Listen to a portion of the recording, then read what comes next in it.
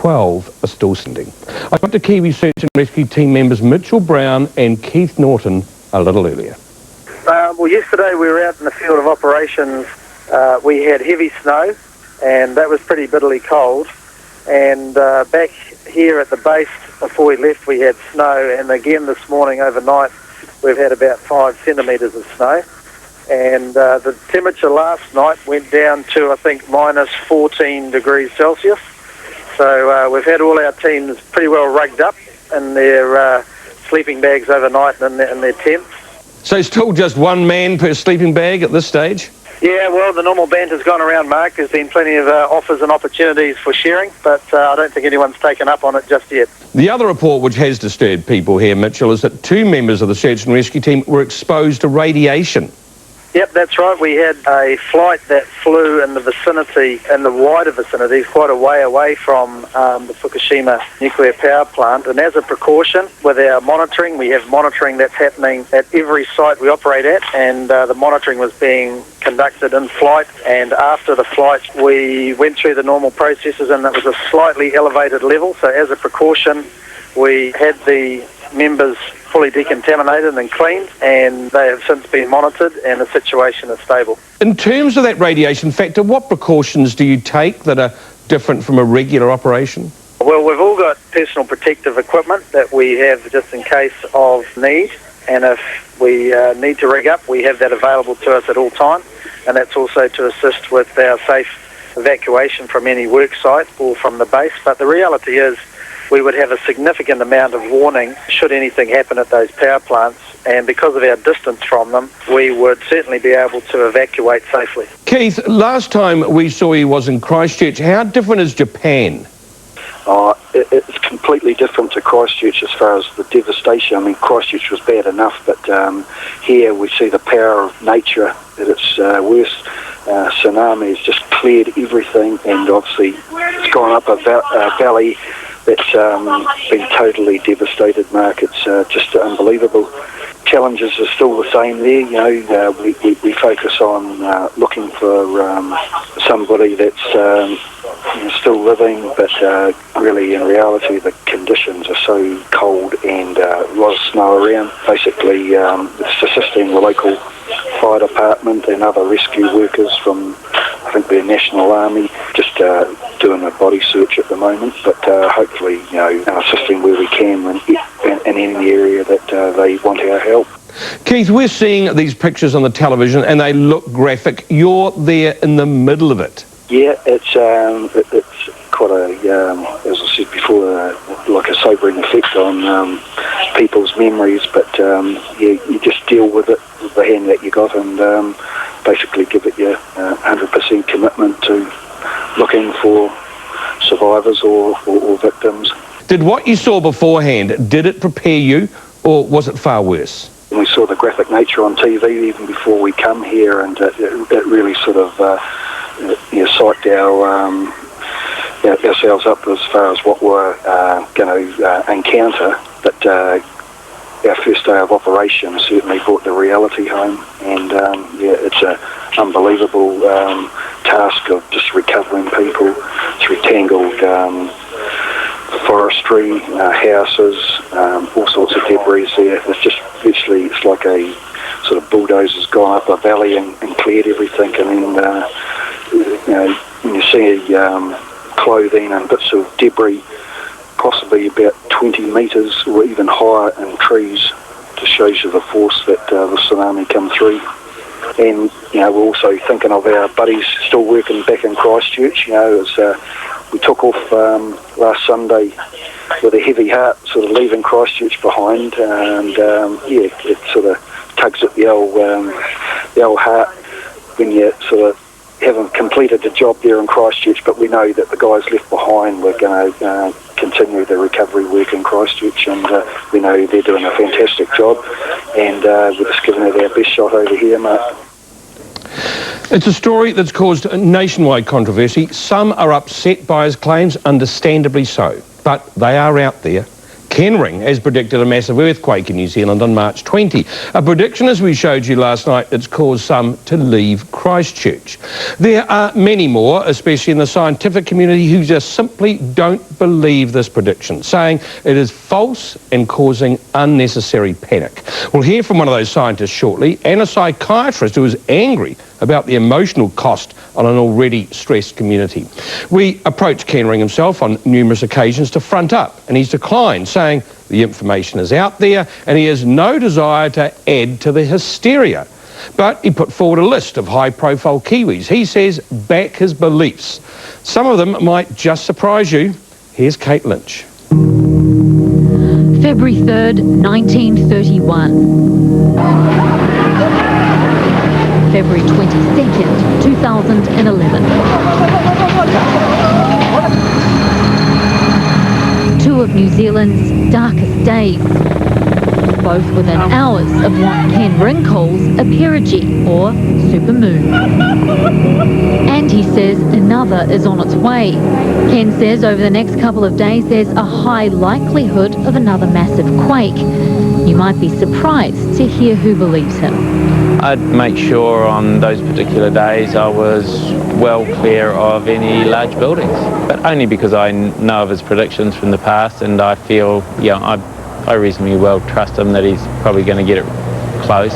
New Zealand's most successful Olympian, Ian Ferguson, is a true Ken Ring believer. I've been following Ken's predictions for at least probably 15 years, maybe 20 years, for as long as I can remember. He never plans an event without consulting Ring. I organise a lot of events, whether it be kayaking events or dragon boat festivals, and if I can predict the weather, then it's just, we don't have to cancel. And so far I've never had to cancel because all the events have been good weather and all exactly what we ordered.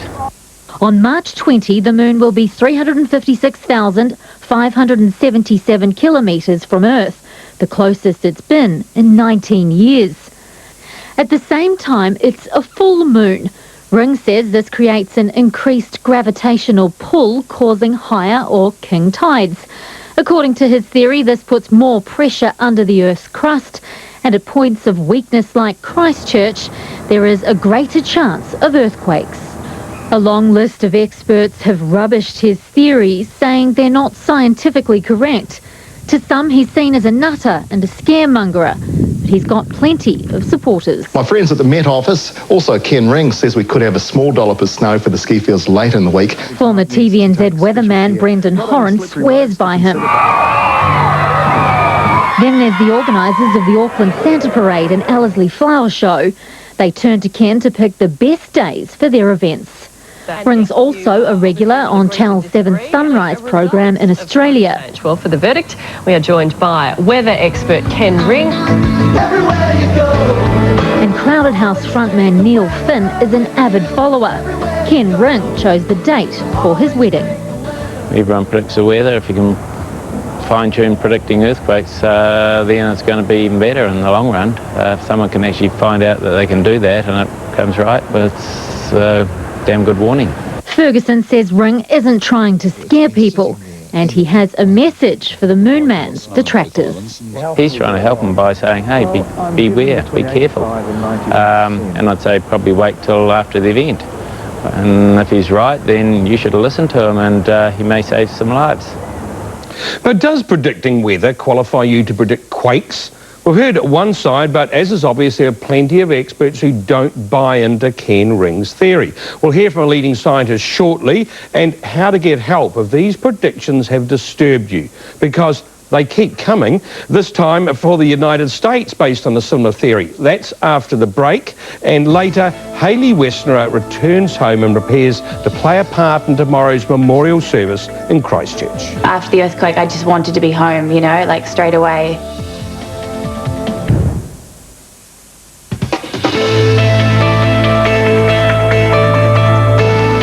In America, a scientist using a similar theory to Ken Ring is causing a similar sensation. Jim Birkeland predicted a quake in San Francisco back in 1989 using the same moon and tide theories. Now he's warning of a major quake to hit the US. Jim Birkeland also has been criticised by the scientific community, who say his predictions are no better than chance. I spoke to him in Glen Ellen, California a short time ago and asked him if the moon and tides can be used to predict earthquakes. I absolutely believe that ever since January of 1974, when I first stumbled onto this accurate relationship. It would be fair to say that most of your previous scientific colleagues, most of the scientific community, think it's bunkum. They're coming around. Because the facts are developing, it's hard to ignore when you see the timing of the large quakes match the timing of the maximum tidal forces. In 1989, you predicted what was called the World Series quake in the San Francisco Bay Area. I named it the World Series quake in the newspaper 4 days before it happened. The highest tides in 3-4 years was occurring at that time, and we had a lot of animal activity that was very strange and unpredictable, and I gave it an 85% chance for a 6.5 to 7 magnitude quake to occur during the World Series within a week. If you can use these methods to predict an earthquake as you did then, surely you must be able to predict every single one since. Oh, not at all. I've been correct about 75% of the time. Many earthquakes are truly unpredictable. The easy ones to predict are aftershocks, after a main shock, and then everybody says, oh, I can predict a quake coming in the next few days. But the hard thing is the unexpected earthquake. So one of the helps of helping to predict the quake is when animals do strange things. Now, for example, just before the Christchurch earthquake on the 22nd of our time last month, there were 107 pilot whales stranding themselves down in southern New Zealand, and I got word of that on my website the day before the quake. There's a gentleman in New Zealand by the name of Ken Ring, who's known as a moon man, I think uses a similar theory. People say, look, it's just chance. If you make enough predictions, surely one or two are going to come right. Just look at this March calendar. It shows the tide calendar, and I've outlined this current with seismic window that will open up on the 19th in this hemisphere. That will be the day of the full moon and the closest approach of the moon until the year 2016. And it's just the day before the equinox, which has its own tidal factors. So 3 unusually strong tidal factors, almost coincident, mean we have an extremely clear seismic window, almost identical to that which preceded the World Series quake. If the science is so right, why is the rest of the scientific community ignoring it? I wouldn't say that they are, but there's been because of their own failures of prediction, they've in recent years said earthquakes cannot be predicted, and that's because their own ego doesn't allow them to admit failure. Mark Quigley has little time for either Ken Ring or Jim Birkeland's theories. Mark is a geologist at Canterbury University. He joins us now live from Christchurch along with Canterbury DHB's Chief of Psychiatry, Dr. Sue Nightingale. She's not impressed either, given the distress it's causing. She's also going to tell us where we can get help to deal with that. But first, the science. Mark Quigley, I take it you are staying in Christchurch this weekend? Yeah, I will be here on the 20th, that's correct. Look, these people, they genuinely believe, it would appear, they genuinely believe in these theories.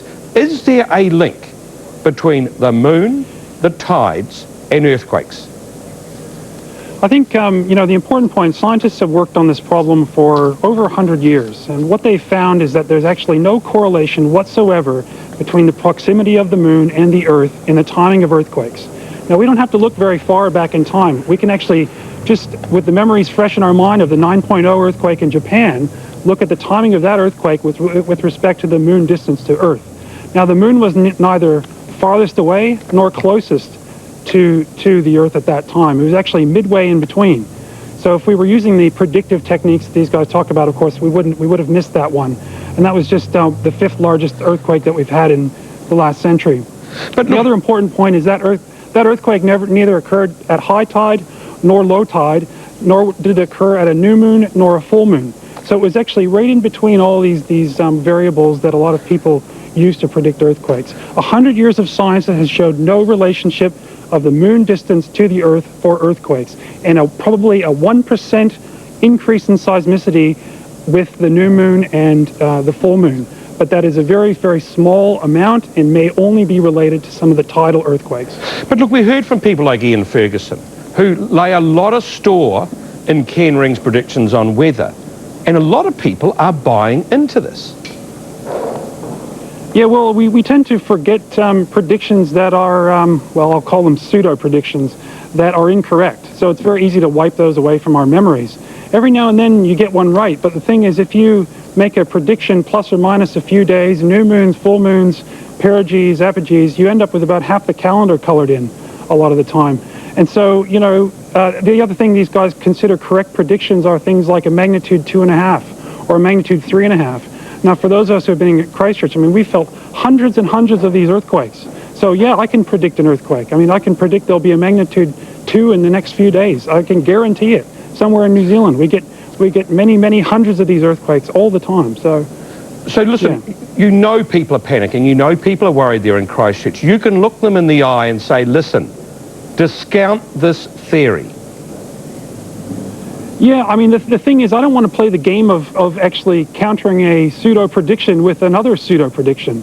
The bottom line is we cannot predict. There very well may be a decent-sized earthquake on that day somewhere.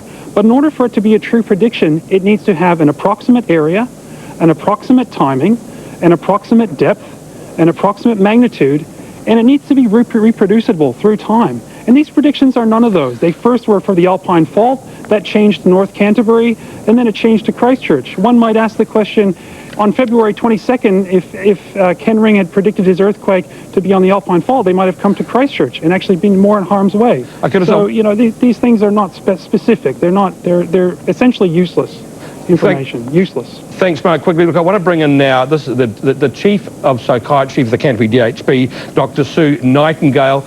Dr. Nightingale, what do you make of this whole predictions business? Well, it's extremely worrying. I prefer to get my expertise from geologists than as it's been called pseudoscience. And the big worry is the anxiety it's engendering in everyone, or many people in Christchurch.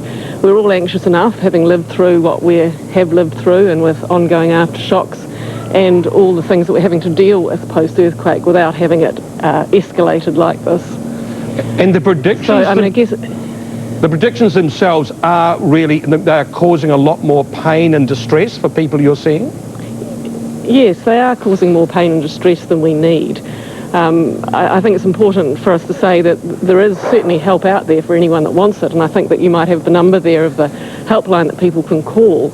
It's very normal in times like this to be experiencing a great deal of anxiety anyway, and well, we don't need the extra. But if people are experiencing it and are worried, they should be talking to friends, talking to neighbours, talking to other people, and if they're still feeling distressed, there are the helpline numbers available, and further help needed if they do need it. Thank you so much for that, Dr. Nightingale. We are running that number there on screen, and of course, look, if you can't have a pen to write it down, go to our website. We'll have all the numbers there for any help that you may need if you are feeling distressed and feeling, concerned what the predictions are doing to you or anyone in your family from the emotional point of view. Now, we're being inundated with your feedback on tonight's show. We read everything and appreciate your comments. If you've got something to say, share it with our close-up viewers right now. Head to facebook.com/closeup. Then click the like tab and there you are. Still to come, Hayley comes home for family and fellow Cantabrians. Hopefully this will be I don't know, a chance for everyone to sort of find a little bit of closure, perhaps.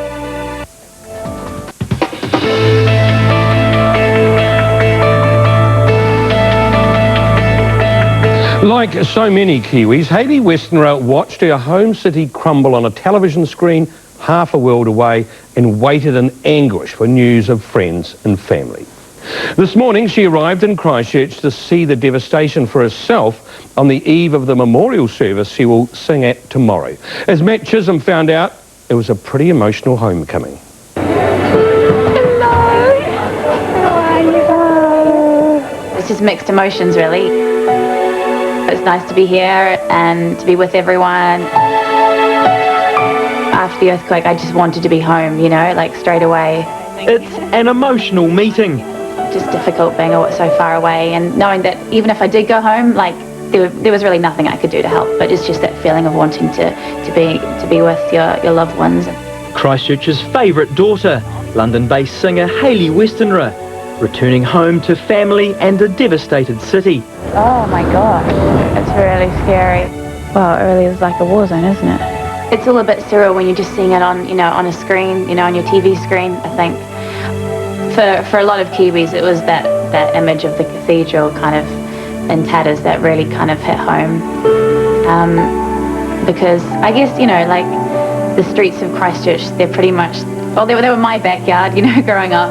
It's a backyard that's been ripped apart, and Mum and Dad were in the thick of it. I was in my office upstairs, which looks out over Cashel Mall. So I looked out and all I could see was masonry falling down into the street. And it was, words can't describe the feeling, it was just horrific. I almost feel embarrassed because other people have suffered terribly and we're one of the lucky ones. I've got, our house is still standing and we weren't without water and power for very long at all. But like a lot of people, we are still affected because Gerald can't work. Do you know when you'll be able to get back to work? No, that's I don't have a time frame, and that's the most frustrating thing. My life's in limbo. And not surprisingly, this is one very proud Cantabrian. I will always be a Christchurch girl, and it's always, I don't know, I know that I will eventually end up back here. How soon?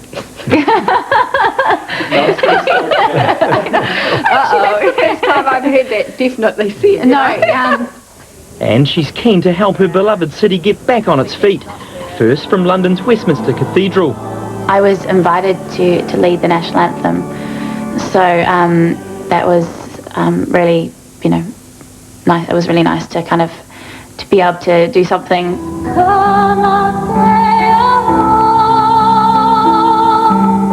Tomorrow, the songstress will perform in the National Christchurch Memorial Service. I was invited by the Prime Minister, and it was like, it's really nice to, to get that invitation out here, and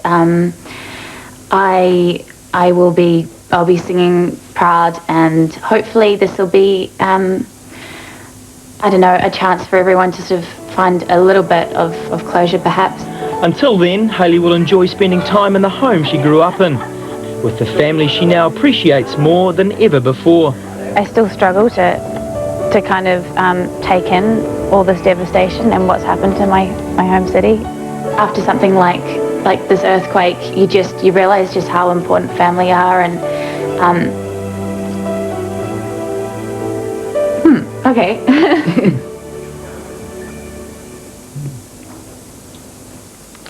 Tomorrow we'll be broadcasting live from Christchurch, regardless of predictions. For now, that's New Zealand Close Up.